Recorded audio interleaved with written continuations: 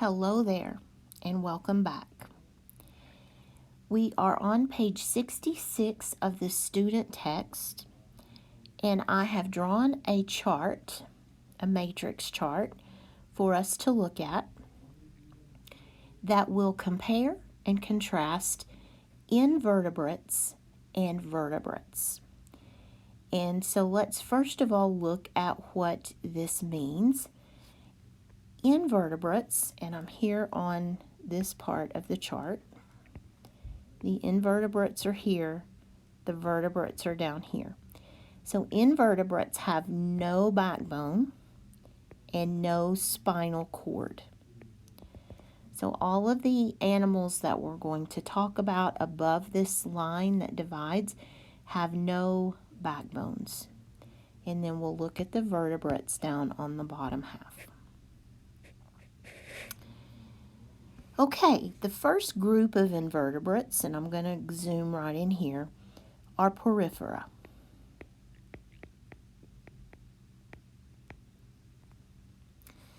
And these are very simple animals. They have no tissues.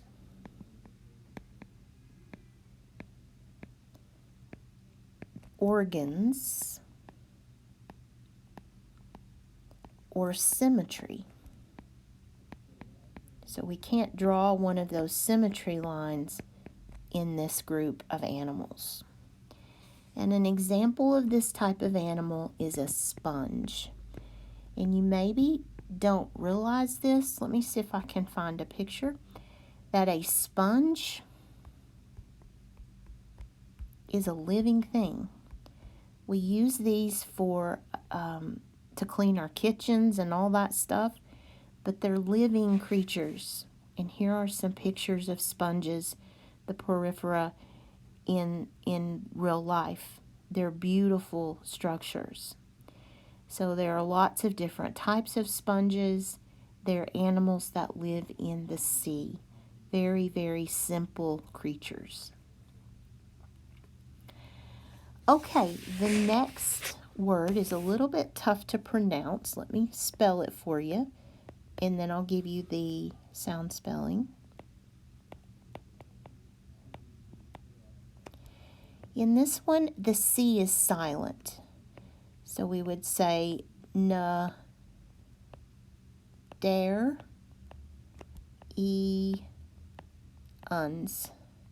Cnidarians. Cnidarians do have symmetry. They have radial symmetry, which is not real important as long as you know that they do have symmetry, meaning you can draw that line and get a mirror image. They have stinging cells. This is one of the most easy to remember about cnidarians. They can sting. They have tissue, but they do not have organs. And so one of the examples of a cnidarian is a jellyfish. And I'll show you a picture of that. So type in, remember the tip that I've given you, just type in cnidarians and image, and you will get pictures of cnidarians. Jellyfish, beautiful creatures. They're a little more complicated than the poriferas, but they are not nearly as complicated as the human. So these are examples of cnidarians. They can sting. So if you see them at the beach, in the ocean, do not approach them. They can sting. They do not have backbones. They're invertebrates. But they are the second class. As we go down this list, things will get a little more complicated. Okay, mollusks have two sides, bilateral symmetry, so you can draw the line down the middle and you'll get two sides that look alike. So they do have symmetry. They have organs. They have a soft body. And for the first time, we're seeing animals with a distinct, meaning you can see it all the time, tell where it is, head and foot.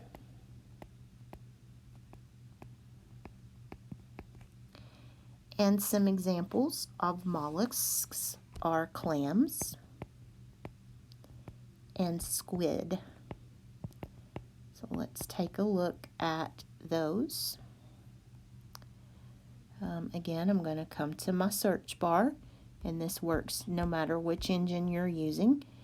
There's clams. We'll have to do them both to see the difference.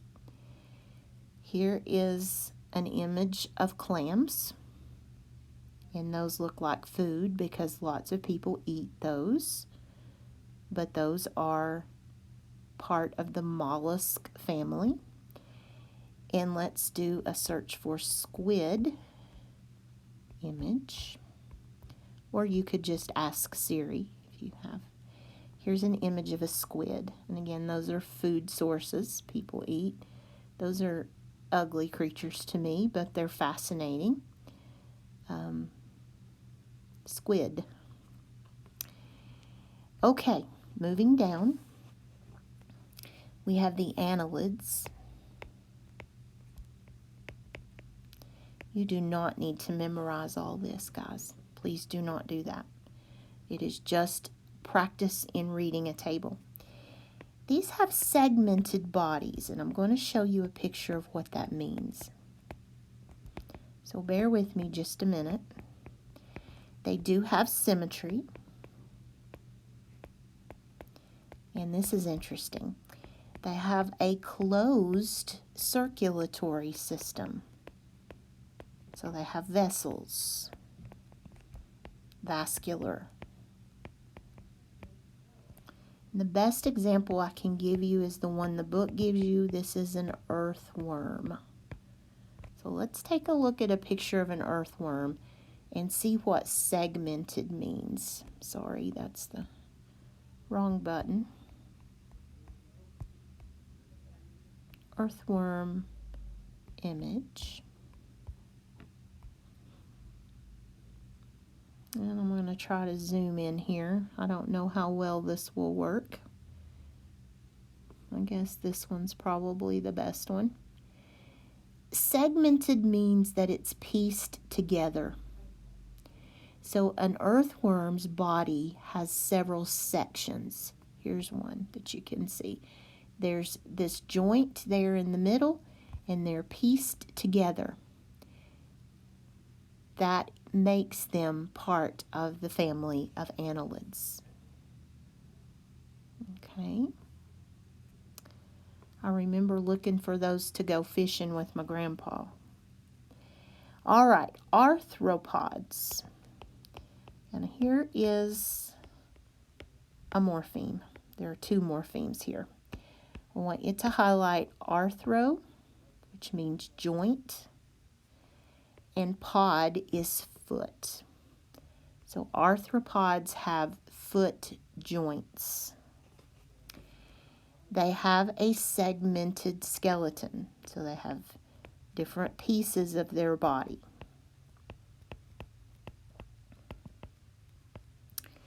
They have symmetry. And they have an exoskeleton. Now, exo is a morpheme that we've already learned. It means outer. So they have a skeleton on the outside. Some examples would be spiders, which you guys, I'm sure, know what that is, a crab, and a grasshopper. So let me pull up the crab and the grasshopper. I know you've probably seen a spider, so let's not worry with that one. Let's look at a crab first, because I want you to see the arthropod part. Oh yeah. I want you to focus on this guy's feet. Okay, which are these claw things. Do you see how those feet have joints? That's joint is arthro, pod is foot. So you see how his feet are jointed. They're not just one smooth. You can really see it on this image. That's really not real. It's just a clip art. But you see there are 3 joints on each foot. So, or each toe, I guess. That is what makes an arthropod. Let me try to find you a grasshopper image that we can zoom on. So if you know what arthro and pod mean, you can break down that big word and realize, let's see if we can see his foot. Look at his feet and you'll see the joints. Yeah, you got to zoom real close. But if you look at his feet, you can see that they're sections put together. So he's an arthropod. Okay, guys, this brings us to the close of the invertebrates. And I think I'm going to stop the video just to keep it from getting too long. But let's go do our morphemes. If we haven't already, we have arthropod and exo. Arthropod and exo. I know we have exo. Right there's exo. Arthro, I doubt we have, because we haven't seen that, and I don't think we have pod. So let's put these 2 in. Arthro, you think about arthritis. What does it affect? Your joints. A podiatrist is a doctor who works on feet. So anytime you see arthro, think joints, and anytime you see pod, think of feet. And exo we already have. So, okay, I'll see you in the next video, and we'll take a look at vertebrates.